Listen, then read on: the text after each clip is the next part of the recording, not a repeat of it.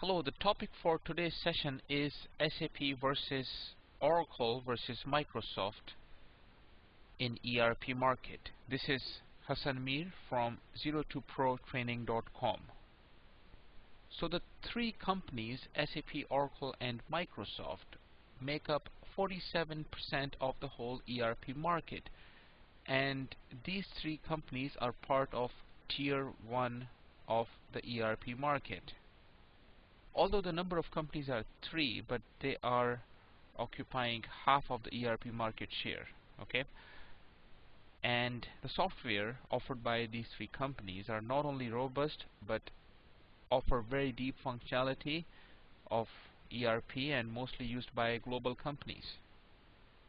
And these properties differentiate tier 1 from tier 2 and tier 3. I have a separate video on this topic which you can take to find out more.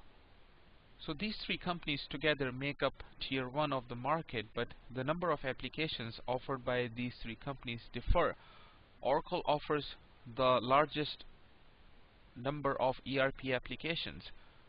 Oracle E-Business Suite used to be their flagship ERP product, and now Fusion is the flagship product, which is a fusion of different ERP applications. So they have taken the best part of from different applications and created the Fusion. And they have been acquiring other companies. Oracle bought PeopleSoft, and as a result, PeopleSoft and JD Edward applications are now owned by Oracle Corporation. So these are the four major ERP applications from Oracle Corporation. They do offer other applications outside ERP umbrella like Siebel and Retech, etc. SAP offers mainly SAP ECC as their primary flagship ERP product, and it used to be called SAP R3 for the longest time. They do also offer a lighter version called SAP Business One. Microsoft offers Dynamics as their primary ERP product. It comes with different flavors, but this is their main ERP product.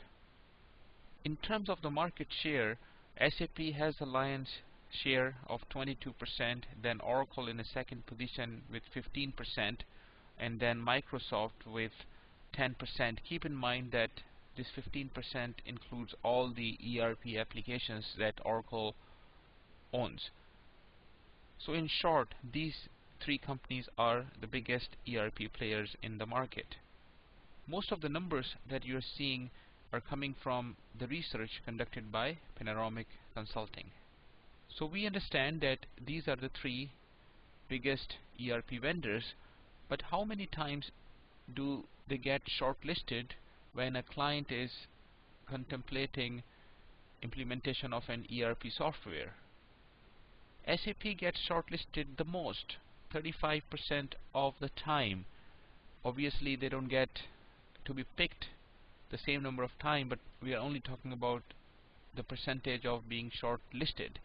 And Oracle gets shortlisted 24% of the time when somebody is thinking of implementing an ERP software, and Microsoft gets shortlisted 17% of the time. So the percentage of being shortlisted is more or less in agreement with the percentage of the market share these three vendors have. If you look at the average project duration in terms of planning, then SAP projects are the longest in terms of project plans. 15 months is the average duration. Oracle is about the same, 14%, and Microsoft has an edge in this area. Usually planned projects are the shortest, 11 months.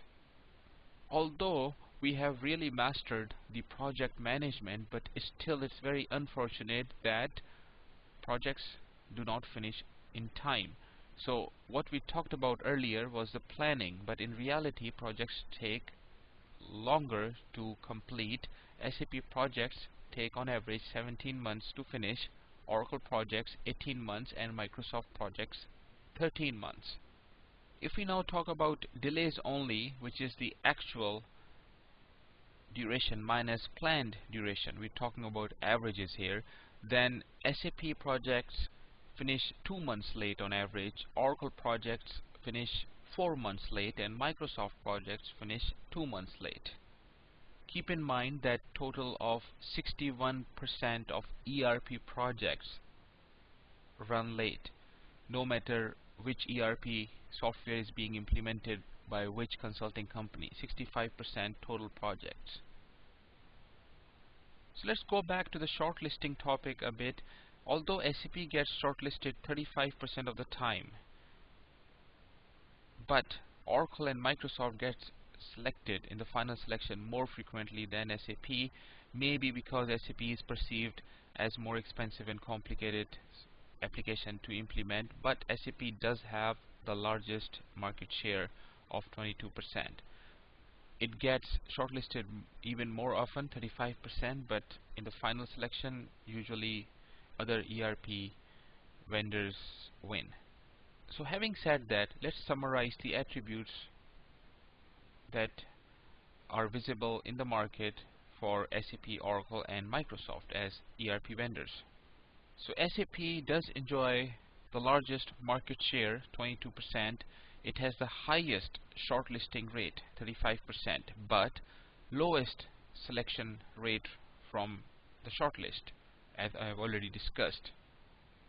The project duration is medium, better than Oracle, and it has the shortest delays, equal to Microsoft, but better than Oracle.